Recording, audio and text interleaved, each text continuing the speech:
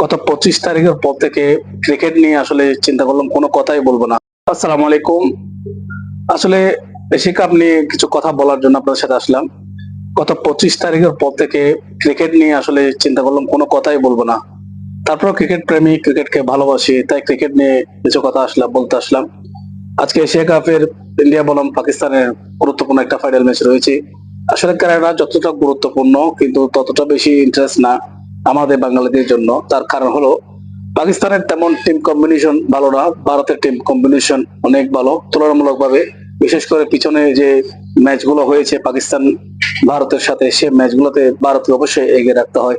তাদের batting line up, fielding, bowling আসলে খুবই দারুণ। তো বাংলাদেশ এশিয়া কাপে গিয়েছিল, আমরা সবাই আশা করেছিলাম বাংলাদেশ এশিয়া কাপে খুব সুন্দর খেলবে, অন্তত ফাইনালটা খেলবে। কাপ আনুক না আনুক, কিন্তু আমাদের আশা ছিল বাংলাদেশের বর্তমান যে কোয়ালিটি সম্পন্ন একটা টিম এসেছিল এশিয়া কাপ খেলার জন্য, কিন্তু সে আশা আমরা পূরণ করতে পারি নাই। আমার খুবই বেশি হতাশ হয়েছি, বিশেষ করে প্রবাসী দর্শক যারা আমরা রয়েছি, আমরা খুবই হতাশ হয়েছি। দেশের ক্রিকেট প্রেমী যারা রয়েছে তারা খুবই হতাশ হয়েছে। এটার জন্য মানুষ মিস প্রতিক্রিয়া দিয়েছিল, কিন্তু আসল কথা হলো ক্রিকেটকে ভালোবাসলে যে কোনো দলের খেলাকে আসলে উপভোগ করতে হয়। তা সেই উদ্দেশ্যে নিয়ে ক্রিকেট খেলার আজকে এশিয়া কাপের ফাইনাল নিয়ে কিছু বললাম। কিন্তু বর্তমানে যে পাকিস্তানের টিমটা রয়েছে তাদের ব্যাটিং লাইন আপ আমার মনে হয় না খুবই ভালো। শুধু ফকর জামান বা কয়েকটা প্লেয়ার ভালো একটা ব্যাটিং করে, কিন্তু তাও কোনো পারফরমেন্স এশিয়া কাপে দেখাতে পারেনি। তো বোলিং লাইন আপে কিছুটা ভালো রয়েছে, বিশেষ করে শাহিন শাহ আফ্রিদি প্রশংসা করার মতো আসলে বোলিং করে। আর ওয়াহাব রিয়াজ খুবই অ্যাট্রাকটিভ বোলিং করে। ইকোনমিকটা তার খুব ভালো, খুব ভালো একটা লাইন নিয়ে বল করে।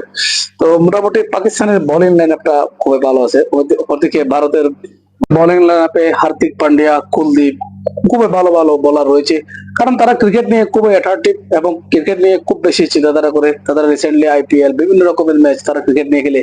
তাই পাকিস্তান থেকে অবশ্যই অবশ্যই ভারত এগিয়ে রয়েছে। তবে আমরা আশা করব আজকে ম্যাচটা পাকিস্তান জিতুক, যেহেতু এশিয়া কাপ দীর্ঘদিন ধরে পাকিস্তান ওখান থেকে বঞ্চিত রয়েছে। ভারত জিতলেও সেটা আমাদের কোনো বিষয় নয়, তার যেই জিতুক আমরা তাকেই বাহবা দিব।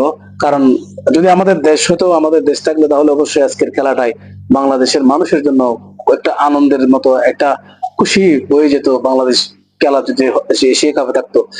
তো এশিয়া কাপ শেষ চত্বর লড়াইয়ে যে দলগুলো রয়েছে, দলগুলো মোটামুটি বর্তমানে খুব স্ট্রাগল করতেছে।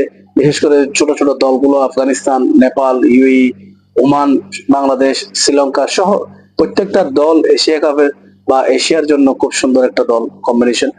আশা করবো এই নেক্সট এশিয়া কাপে আমাদের দেশ ভালো করবে, ভালো কিছু করবে। আসলে আবেগ নিয়ে, রাগ নিয়ে অনেক কিছু বলছে দলকে, দেশের ক্রিকেটারদের, ক্রিকেটকে, কিন্তু তারাও চেষ্টা করেছে।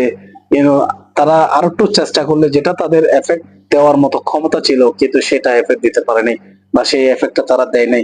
জানি না কি কারণে বা কি বিষয় নিয়ে বা কি উদ্দেশ্যে তারা এরকম করেছে। আমরা খুবই হতাশ দেশের মানুষ এই ক্রিকেট নিয়ে। তো এশিয়া কাপের আজকের ফাইনালে মোটামুটি এই কথাগুলো, যেই জিতুক, পাকিস্তান জিতুক বা ভারত জিতুক, যেই জিতুক, সবার জন্য শুভকামনা রইলো। আজকের এই খেলা, আসলে খেলা তো খেলাই, এটা বিনোদন বা বিভিন্ন মনের কিছু, এগুলা সিরিয়াস করে নেওয়ার কিছু নেই। কেউ সিরিয়াস করে খেলাধুলাকে সাথে নেবেন না। আর অদ্ভুত অদ্ভুত খারাপ কথা বা বিভিন্ন রকমের কথাগুলো আপনারা বলবেন না দয়া করে। কারণ দিন শেষে দেশটা আমাদের, ক্রিকেটার গুলো আমাদেরই।